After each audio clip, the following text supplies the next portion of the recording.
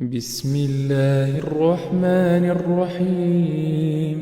ويل للمطففين الذين إذا اكتالوا على الناس يستوفون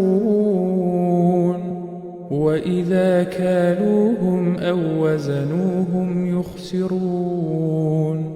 ألا يظن أولئك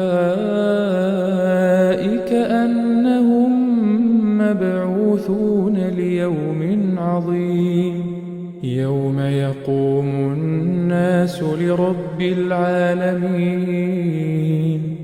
كلا إن كتاب الفجار لفي سجين وما أدراك ما سجين كتاب مرقوم.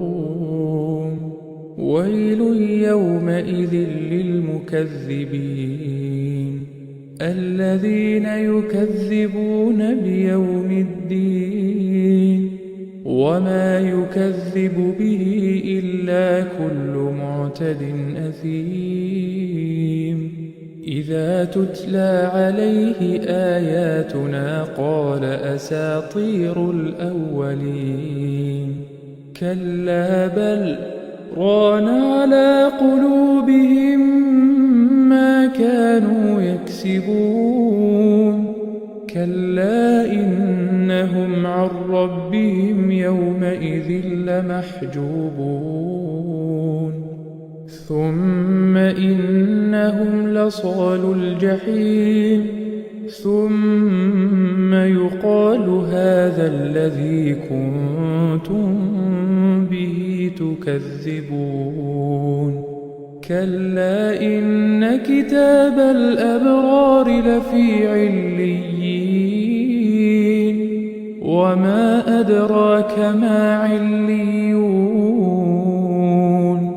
كتاب مرقوم يشهده المقربون.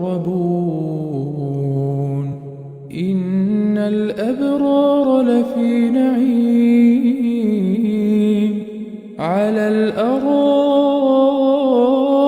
ينظرون تعرف في وجوههم نضرة النعيم يسقون من رحيق مختوم ختامه مسك وفي ذلك فليتنافس المتنافسون. ومزاجه من تسنيم عينا يشرب بها المقربون. إن الذين أجرموا كانوا من الذين آمنوا يضحكون وإذا مروا بهم يتغامزون. وإذا انقلبوا إلى أهلهم انقلبوا فكهين. وإذا رأوهم قالوا إن هؤلاء لضالون